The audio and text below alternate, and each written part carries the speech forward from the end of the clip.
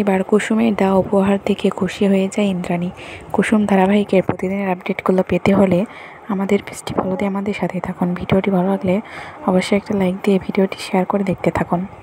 নতুন পর্বের আপডেটে আমরা দেখতে পাবো যে কুসুম ইন্দ্রাণীর জন্য একটা থালায় সুন্দর করে উপহার সাজিয়ে নিয়ে আসে।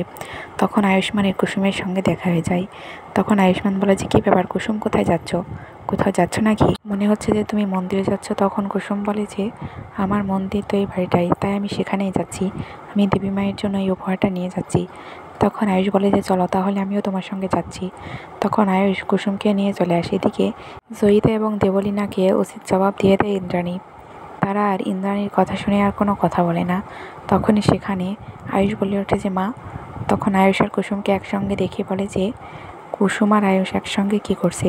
কুসুমের বাবা বলে যে, কর্তা মা, কুসুম আপনার জন্য উপহার নিয়েছে, তাই আপনি যদি কুসুমের উপহারটা নেন তাহলে ও খুব খুশি হবে। তখন কুসুম ইন্দ্রাণীর দিকে এগিয়ে এসে বলে যে, এই নিন দেবী মা, আমি এই উপহারটা নিয়েছি আপনার জন্য। আমি এটা নিজে হাতে বানিয়েছি। এটা আমি আপনাকে দিতে চাই। আমি স্বপ্নে দেখেছি, আমার মা আমাকে বলেছে যে এর থেকে বেস্ট উপহার আর কোথাও হতে পারে না। তাই আমি এই উপহারটাই আপনার জন্য নিয়ে এসেছি। এটা শুধুমাত্র আপনার জন্য, আপনাকে এটা পরলে অনেক সুন্দর লাগবে। তখন মীনাক্ষী বলেছে, কি এত 200 টাকা দামে সস্তার শাড়ি নিয়ে এসেছো ইন্দ্রাণী গাঙ্গুলির জন্য?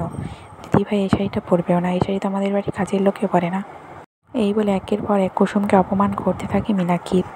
তখন মীনাক্ষীকে ইন্দ্রাণী উচিত জবাব দিয়ে বলে যে, তুই হয়তো এটাকে ছোটো উপহার মনে করতে পারিস, কিন্তু কুসুমের দেওয়া উপহার আমার কাছে সব থেকে শ্রেষ্ঠ আর সব থেকে দামি। কুসুম, এই নাও, তুমি আমাকে উপহারটা দেবে না? এই বলে ইন্দ্রাণী আঁচল পেতে দেয় এবং কুসুম ইন্দ্রাণীর আঁচল এসে উপহারটা দিয়ে দেয়। তখন এটা দেখে দেবলীনা আর জয়িতা খুব রেগে যায়। এর পরবর্তীতে কী ঘটতেছে জানতে হলে ফেসবুক পেজটি ফলো দিয়ে আমাদের সাথেই থাকুন। ভিডিওটি ভালো লাগলে অবশ্যই একটা লাইক দিয়ে ভিডিওটি শেয়ার করে দিন। ধন্যবাদ।